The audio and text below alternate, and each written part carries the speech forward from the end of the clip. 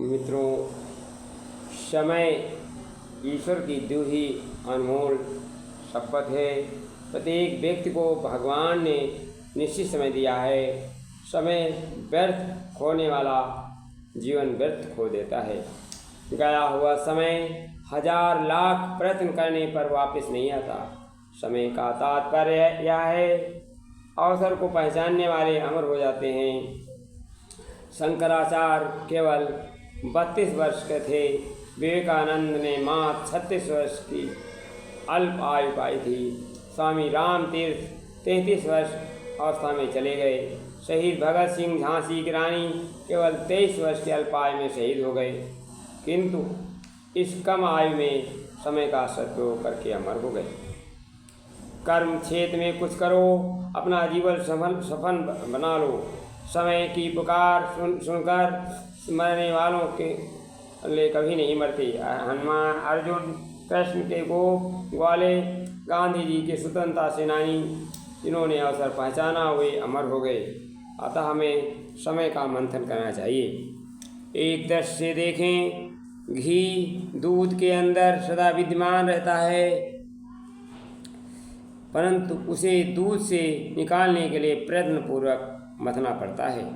बिना दूध के मथे उसका मंथन किए उसे घी की उत्पत्ति संभव नहीं हो पाती।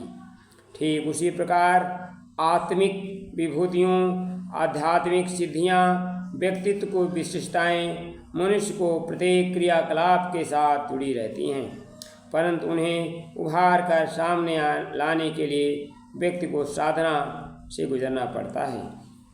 जिन्हें शास्त्र भवबंधन कहकर पुकारते हैं, वे कुछ भी नहीं बल्कि व्यक्तित्व को निकृष्ट प्रवृत्तियाँ ही हैं, जो निकृष्टता के से मुँह मोड़कर उदात्त अंतःकरण की प्रेरणा के सत्प्रयोजन पूर्ति हेतु जीवन में आगे बढ़ते हैं। वे ही जीवन को महान बना पाते हैं, अपनी गणना श्रेष्ठ विभूतियों में करा पाते हैं। ऐसा कर पाना मात्र साधना के पथ पर आगे बढ़ने से संभव है। साधना के पथ पर अनुगामी आत्मसंतोषी लोक सम्मान और दैवी अनुग्रह के अधिकारी बनते हैं। ऐसे साधक शुद्धता को त्याग कर महानता का वर्णन करते हैं। साधक जानते हैं कि संसार में वैभव नश्वर, क्षणभंगुर और मादक है। यह व्यक्ति एक ऐसे उन्माद को जन्म देता है जिसे कुछ चक्र में भटक कर मनुष्य न जाने कितने जन्मों का निरर्थक यात्रा निकल जाता है। जो अपने जीवन का मंथन कर दूध से घी की तरह अपने जीवन की दुर्बलताओं को त्याग कर महानता को प्रकट करने में सफल रहते हैं, वे महामानव कहलाते हैं। साधना के द्वारा व्यक्तित्व के इन दुर्बलताओं को त्याग कर साधक आंतरिक संतुष्ट आत्मज्ञान के लिए परिश्रम करते हैं। क्षण भर में नष्ट हो जाने वाली नश्वर संपदा के लिए नहीं। आत्मिक गरिमा, आत्मिक विभूतियों का प्रकाट के पथ पर साधना का पथ है। क्योंकि किसी ने ठीक ही कहा है, दूध दही के मंथन से नवनीत विज्ञ जन जा पाते हैं। प्राणों का मंथन कर योगी कुंडलनी शक्ति जगाते हैं। करते हैं अरुणि मंथन तो यज्ञाग्नि प्रकट हो जाती है। चिंता का मंथन चलता है तो बात समझ में आती है।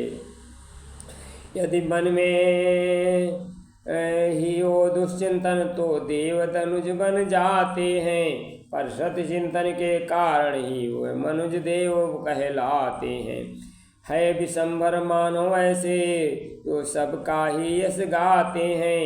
जो दीन दुखी को संबल बन भोलों को राह दिखाते।